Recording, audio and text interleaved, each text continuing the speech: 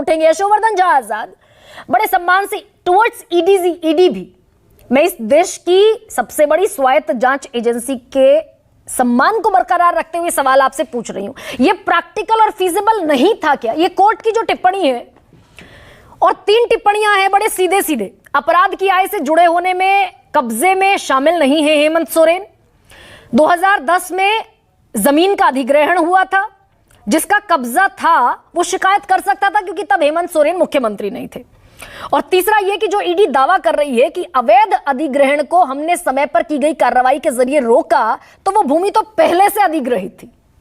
ये टिप्पणियां क्या दिखाती?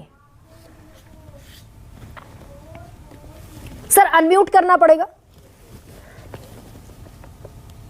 देखिए, ईडी को झटका तो जरूर है, क्योंकि सेक्शन 45 के अंदर जब भी, और हमारे सामने वो लॉयर साहब भी बैठे हैं, पारिक साहब, वो इस बात को मानेंगे, सेक्शन 45 में जब बेल दिया गया है तो इसका मतलब कि जो ऑफेंस की बात हम करते हैं, चल हो जा शुरू। केसरिया से मन जोगी हुआ रे, दिल झूमे देखो पतवारा हुआ रे, दिल झूमे देखो पतवारा हुआ रे। हर पल मनाओ केसरी त्योहार। विमल, बोलो जुबां केसरी। वो पर से उन्हें नजर नहीं आया। देखिए, मैं भी झारखंड इलाके का हूं, गोड्डा इलाके का हूं, वहां की जमीन जो है सेलेबल नहीं है। इसमें जो प्रोसीड्स ऑफ क्राइम के बारे में उन्होंने कहा है कि इसमें लॉन्ड्रिंग की ऐसी कोई बात अक्यूज की तरफ से नहीं हुई है। तो एक बात तो ये है, और दूसरे उन्होंने कहा कि जबकि ये जो बेसिस है नहीं ऑफेंस का, तो इनके भाग जाने का इस ऑफेंस में वो ऑफेंस बनता ही नहीं है। ये 2 कारणों से हाई कोर्ट ने इसे दिया है। मैं ये भी कहना चाहता हूं कि देखिए, इंडिया में जो भ्रष्टाचार के केसेस है ना, बड़े कॉम्प्लिकेटेड है, बहुत ज्यादा कॉम्प्लिकेटेड। जो चीजें फेस वैल्यू पर ले ली जाती हैं विदेशों में कोर्ट में, वो चीजें यहाँ नहीं ले आती हैं। उसमें 25 तरह की चीजें जो है इसमें बंधी रहती है। तो सबसे पहली बात तो ये है, जो कि मैं मानता हूं कि इससे अवश्य झटका जरूर ईडी को मिला है, क्योंकि इसमें जबकि जैसे केजरीवाल के केस में है, अब ऑफेंस में भी नहीं है लेकिन उनको बंद कर दिया गया है। इस पर्टिकुलर केस में जो बेसिस है 45 का, वो फेल कर गया। तो मैं केजरीवाल पर भी सर सवाल पूछने वाली थी आपसे, और मेरी समझ बढ़ाइएगा अगर मैं गलत हूं तो। मनीष सिसोदिया को गिरफ्तार किया सीबीआई ने फरवरी 2023 में। ईडी ने कहा शराब घोटाले का किंगपिन है अरविंद केजरीवाल, हमारे पास हवाला ऑपरेटर्स के साथ बातचीत के रिकॉर्ड है, 100 करोड़ रुपए लिए गए उसका पुख्ता प्रमाण है, कम से कम 44 करोड़ का तो बिल्कुल हमारे पास एकदम कॉन्क्रीट सबूत है। तो ये सीबीआई को अचानक क्यों याद आया अरविंद केजरीवाल की अरेस्टिंग?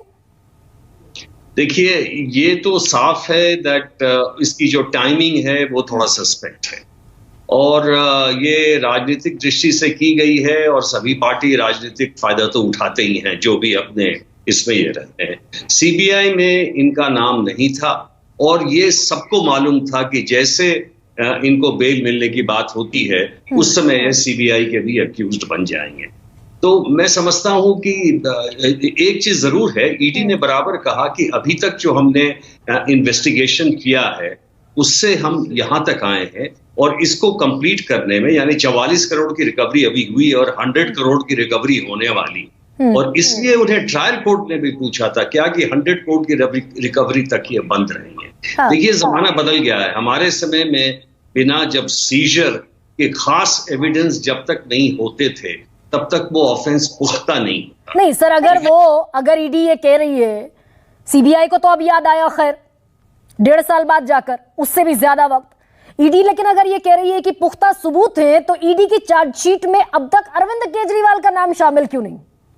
के कविता का नाम है, संजय सिंह का नाम है, राघव चड्ढा का नाम है, अगर मेरी जानकारी दुरुस्त है, अरविंद केजरीवाल का नाम नहीं है। नहीं, वो खैर अक्यूज का नाम तो ऐड कर सकते हैं किसी भी स्टेज में इन्वेस्टिगेशन में, और उन्होंने ये कहा था कोर्ट को कि देखिए अभी रिकवरी इतने की हुई है और पुख्ता सबूत अभी 100 करोड़ जब हम पूरी रिकवरी हो जाएगी और लोगों से स्टेटमेंट मिल जाएंगे तब ये करेंगे। और तब कोर्ट ने ये कहा था कि क्या हम उसके लिए 5 साल या 10 साल इंतजार करें। बेसिकली एक चीज देखिए, अंत में एक चीज जरूर कहना चाहूंगा मैं कि ये जितने जो ऑफेंसेस हैं, जैसे इसका भी ऑफेंस था अधिग्रहण, उस पर गिरफ्तारी करने की आवश्यकता नहीं थी। गिरफ्तारी अगर आप कस्टोडियल इंट्रोगेशन करना चाहते हैं तो आप ये ले सकते हैं, लेकिन किसी को बंद रखना इतने लंबे पीरियड, या तो आपकी कैपेसिटी हो कि भाई ईडी के पास 2000 10,000 की फोर्स हो और वो तत्काल हर विवेचना को उसी गति से चले, तब तो ठीक है। लेकिन अगर आपके इन्वेस्टिगेशन में इतनी देर हो जाती है तो ये तो एक्सपेक्टेड नहीं है कि ये लोग भाग जाएंगे, तो ये आवश्यक नहीं है कि आप इनको बराबर तो जेल ये पॉलिटिकल जो आरोप लगता है यशोवर्धन झा आजाद, ये कितना वैलिड और कितना इनवैलिड, थोड़ा संक्षेप।